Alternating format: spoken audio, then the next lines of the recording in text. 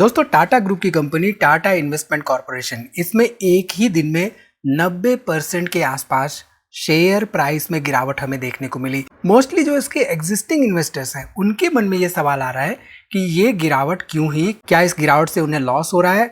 और जो नए इन्वेस्टर्स हैं उनके मन में ये सवाल आ रहा है कि क्या ये गिरावट हुई है, कहीं इन्वेस्टमेंट अपॉर्चुनिटी तो नहीं है। तो यहाँ पर हम टाटा इन्वेस्टमेंट कॉर्पोरेशन के बारे में छोटी सी वीडियो में डिटेल में बात करेंगे। तो वीडियो को यहाँ पे पूरा देखिए और स्टॉक मार्केट के बारे में कुछ इंटरेस्टिंग सीखिए। नमस्कार दोस्तों, मैं उमेश त्रिपाठी आपका स्वागत करता हूं स्टॉक फॉर रिटेल पर स्टॉक मार्केट से जुड़ी एक नई जानकारी के साथ। वीडियो में आगे बढ़ने से पहले मैं आपको बता दूं कि वीडियो एजुकेशन पर्पस से, यहाँ पर किसी तरह का बाय सेल रिकमेंडेशन बिल्कुल नहीं है और हम सारे के सारे जो सेबी के रेगुलेशंस है उनको फॉलो कर रहे हैं। तो यहाँ पे हम लाइव प्राइसेस डिस्कस नहीं करने वाले। तो टाटा इन्वेस्टमेंट कॉर्पोरेशन लिमिटेड जो है, अगले 1 मिनट में हम समझ लेते हैं कि कंपनी है क्या, कर क्या रही है। सो बेसिकली ये इन्वेस्टमेंट होल्डिंग कंपनी है और टाटा ग्रुप की जो अदर कंपनी है like Tata Motors, Tata chemicals हो गई, ऐसी कंपनियों में वो स्टेक्स होल्ड करती है। सो टाटा ग्रुप की कंपनियों में अगर फ्लक्चुएशंस होती है या मूवमेंट्स होती है तो उसका कहीं ना कहीं से इम्पैक्ट हमें टाटा इन्वेस्टमेंट कॉर्पोरेशन में देखने को मिलता है। इतना सा कोरिलेशन आई थिंक यहाँ पर आपको समझ में आ रहा होगा। अब यहाँ पे हम डिस्कस करते हैं कि टाटा इन्वेस्टमेंट कॉर्पोरेशन में 90% के आसपास क्यों गिरावट हुई।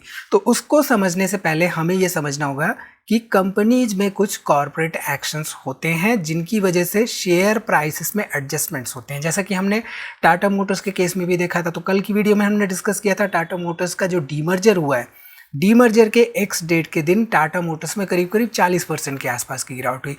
वो गिरावट डीमर्जर की वजह से होने वाले प्राइस एडजस्टमेंट्स के वजह से हुई। अब यहाँ पे कई तरह के कॉर्पोरेट एक्शंस होते हैं, उनमें से स्टॉक स्प्लिट भी एक कॉर्पोरेट एक्शन होता है। तो आगे हम जब डिटेल में डिस्कस करेंगे इसको, तब आपको समझ में आएगा कि टाटा इन्वेस्टमेंट कॉर्पोरेशन में एक्चुअल में गिरावट क्यों हुई। उसके पहले मैं आपको एक पर्सनल जो मेरा खुद का एक्सपीरियंस रहा है डिविडेंड स्टॉक में इन्वेस्टमेंट करते समय, उसको शेयर करता हूं। तो यहाँ पे बातें आपको बहुत अच्छे तरीके से समझ में आएंगी। हुआ क्या कि एक पर्टिकुलर कंपनी थी, मैं कंपनी का नाम नहीं लूँगा यहाँ पे। कंपनी ने क्या किया कि कंपनी का जो शेयर प्राइस चल रहा था उसी शेयर प्राइस के आसपास 30-40 रुपए कम करके उसी शेयर प्राइस के आसपास उन्होंने डिविडेंड डिक्लेयर कर दिया। मान लीजिए 1000 रुपये का शेयर प्राइस चल रहा था और कंपनी ने क्या किया भाई, 930 रुपये का डिविडेंड डिक्लेयर कर दिया। तो मुझे ये लगेगा कि 1000 रुपये का शेयर प्राइस चल रहा है, 930 रुपये का डिविडेंड है, मैं 20-30 शेयर खरीद लेता हूँ, 20-30 हज़ार रुपये का इन्वेस्टमेंट होगा और उसमें करीब करीब 930 रुपये इंटू 20 शेयर्स जो है करके मुझे 18-20 हज़ार रुपये का डिविडेंड भी मिल जाएगा। तो मेरा जो इन्वेस्टमेंट है वो एक तरह से बढ़ जाएगा। मैंने उसमें इन्वेस्टमेंट कर दिया।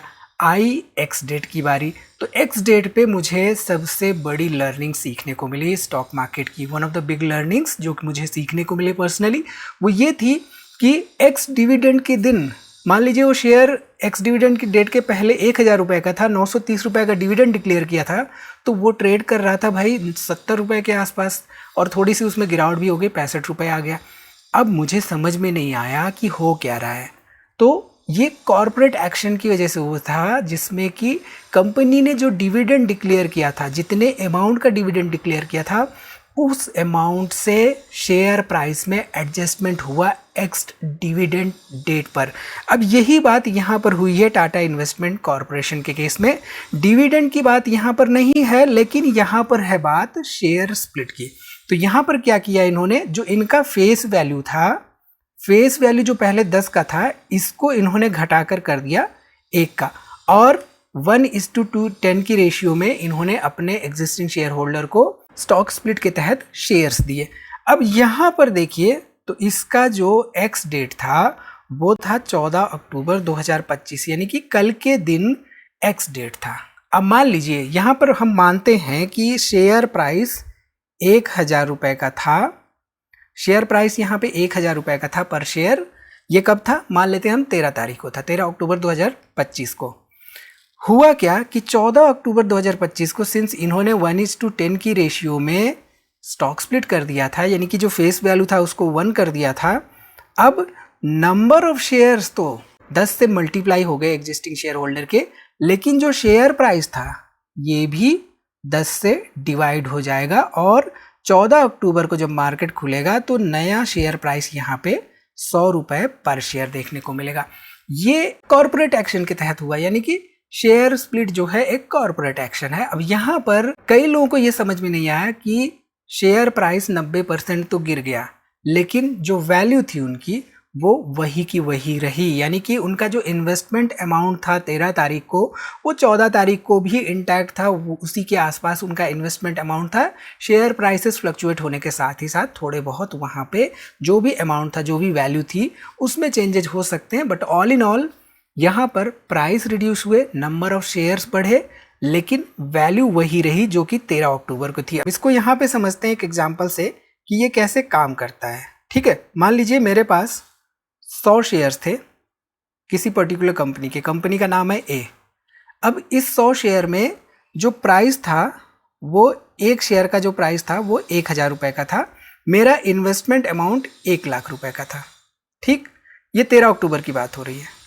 14 अक्टूबर के दिन यहाँ पे क्या क्या बदलाव हो रहे हैं ये हमें समझना इंपॉर्टेंट हो जाता है। 14 अक्टूबर को मान लीजिए एक्स स्प्लिट डेट था। 1:10 की कंपनी ने शेयर स्प्लिट कर रखा था। फेस वैल्यू जो 10 का था पहले, उसको इन्होंने 1 का कर दिया था। तो हुआ क्या कि जो मेरा शेयर प्राइस था 1000 का, ये तो हो गया ₹100 का डिवाइड बाय 10। जो मेरा नंबर ऑफ शेयर था ये अब यहाँ पे 1000 का हो जाएगा। तो यहाँ पे अदला बदली हो गई। इन जो फिगर्स आप देख रहे हैं, जो नंबर्स देख रहे हैं, इनकी अदला बदली हो गई एक तरह से। अदला बदली होने के साथ ही साथ जो मेरा यहाँ पे अमाउंट था 1 लाख का, वो 100 into 1000 अगेन वही 1 लाख रुपए के आसपास रह गया।